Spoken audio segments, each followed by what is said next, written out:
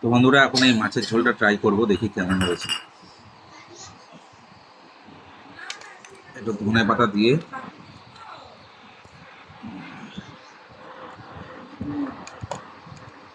আমার ভালো লাগে, কারণ এই জায়গাটা তেল তেল থাকে, তো ওর জন্য আমার বেশ ভালো লাগে এই পিসটা। এবার একটু ট্রাই করি, একটু মাছ একটু ঝোল দিয়ে মেখে নিলাম ভাত।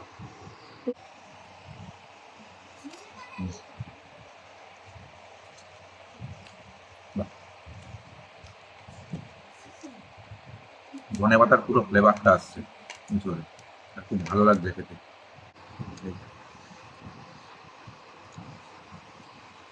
এই তেলের জন্যই কিন্তু আমার এই পিসটা খুব ফেভারিট। আর এই কাটা থাকে, আমার খুব সুন্দর লাগে এই ঘাড়ের মাছটাকে।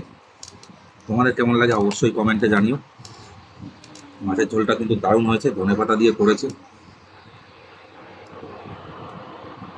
লঙ্কা ডলে ঝালটা কম হয়েছে, যেহেতু মেয়ে খাবে বলে ঝাল দেওয়া হয়নি।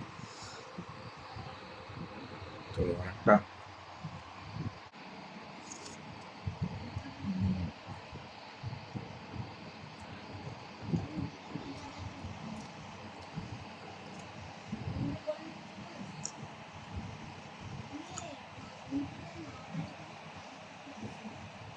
দারুণ হয়েছে বন্ধুরা। আজকে আমার দুপুরের মেনুটা বেশ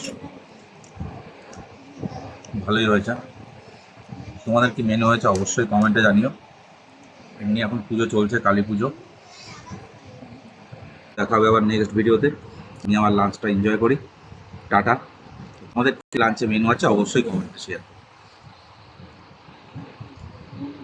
মাছটা কিন্তু খুব ফ্রেশ, সারা ধপধপ করছে।